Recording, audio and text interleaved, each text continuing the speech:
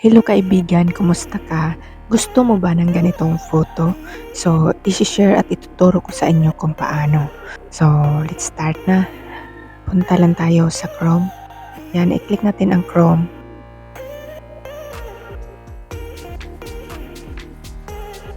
Then pag nakapasok na tayo sa Chrome, i-type natin ang Google Gemini.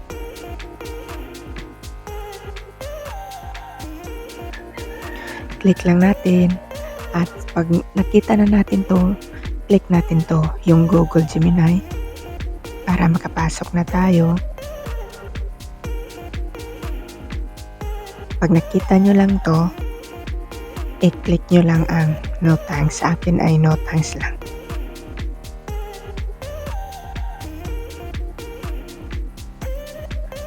So dito, kita nyo yung Ask Gemini.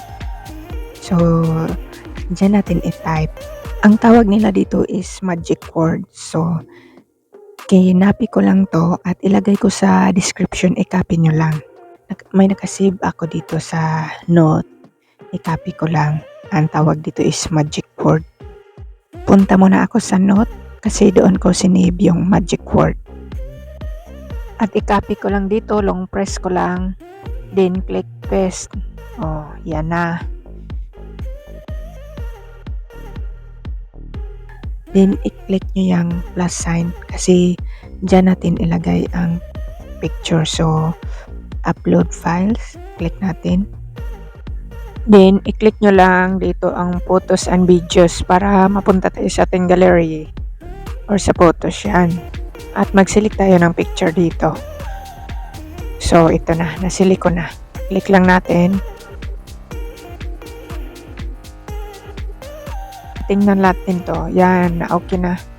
Then, i-click mo yung parang arrow para ma-send siya. So, maghintay lang tayo. Just seconds. Hintay lang natin. Malapit na. Yan. So, slide natin pa up. Okay. Okay na. So, ganyan lang din. Mag-save na tayo. By the way, itong magic words ay ilagay ko lang sa comment section or sa description. I-copy nyo lang para may guide kayo.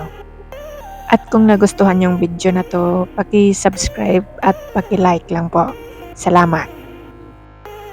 Pag-download para mapunta sa ating gallery or sa photo, i-click natin ang arrow na yan.